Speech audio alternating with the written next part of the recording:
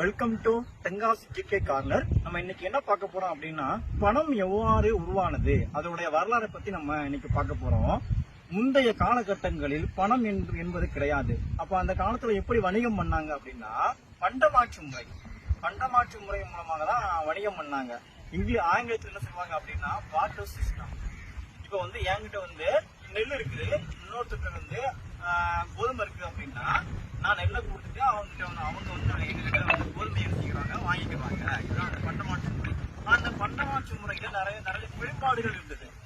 நெல் வைத்திருக்கும் எனக்கு கோதுமை தேவைப்பட வேண்டும், கோதுமை வைத்திருக்கிற அவருக்கு நெல் தேவைப்பட வேண்டும். இந்த மாதிரி தேவைகள் இருந்தால் மட்டும்தான் அந்த இடத்தில் பண்டமாற்று முறை நிகழ சாத்தியம். அது மட்டும் இல்லாமல் ஒவ்வொரு பொருளுக்கும் ஒவ்வொரு மதிப்பு இருக்குது. அதனால பண்டமாற்று முறையில பல்வேறு குறைபாடுகள் இருந்தது. அதன் பிறகுதான் உருவானதுதான் இந்த காகிதத்தாள் பணம். ஓகேங்களா?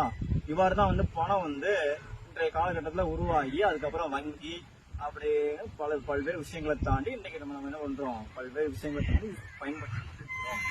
நன்றி. Welcome to Tenkasi GK corner. நம்ம இன்னைக்கு என்ன பார்க்க போறோம் அப்படின்னா, பணம் எவ்வாறு உருவானது அதோடைய வரலாறை பத்தி நம்ம இன்னைக்கு பார்க்க போறோம். முந்தைய காலகட்டங்களில் பணம் என்பது கிடையாது. அப்ப அந்த காலத்துல எப்படி வணிகம் பண்ணாங்க அப்படின்னா, பண்டமாற்று முறை மூலமாக தான் வணிகம் பண்ணாங்க.